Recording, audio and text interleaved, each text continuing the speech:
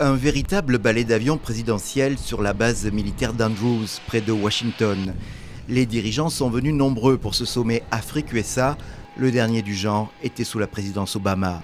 Cette fois, c'est Joe Biden qui veut relancer le partenariat, mot-clé de cette rencontre de 3 jours. La tenue du premier sommet de ce type en 2014 a été un moment décisif pour cimenter un nouveau type de partenariat entre nos nations. Ce partenariat n'est pas destiné à créer des obligations politiques, à créer de la dépendance, mais à stimuler des succès partagés et à créer des opportunités, j'insiste là-dessus. Et des opportunités, il n'en a pas manqué. La partie américaine multipliant les annonces au fil des ateliers thématiques ou des discours de Joe Biden. Les États-Unis annoncent 55 milliards de dollars dans les 3 ans pour les domaines du numérique, des infrastructures et de la santé.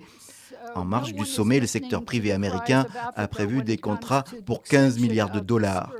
Ce mercredi, le dîner d'honneur à la Maison-Blanche s'est donc tenu dans une certaine bonne humeur.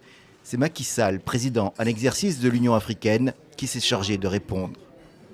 Nous partageons le même état d'esprit. Nous voulons faire avancer notre programme commun avec vous et faire passer notre partenariat au niveau supérieur, dans une approche inclusive, réunissant les gouvernements, le secteur privé, la société civile et la diaspora africaine.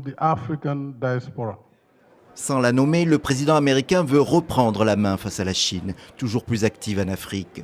Le secrétaire d'État à la Défense a pris moins de précautions. Il a relevé, selon ses mots, son rôle déstabilisateur. Quant à la Russie, toujours selon lui, elle continue d'envoyer des armes à bas prix et des mercenaires à travers le continent. Les Américains ont choisi plutôt l'arme de la séduction.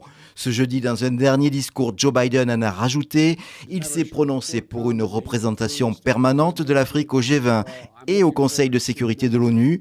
Il promet même une grande tournée subsaharienne, sans préciser ni date ni pays visité.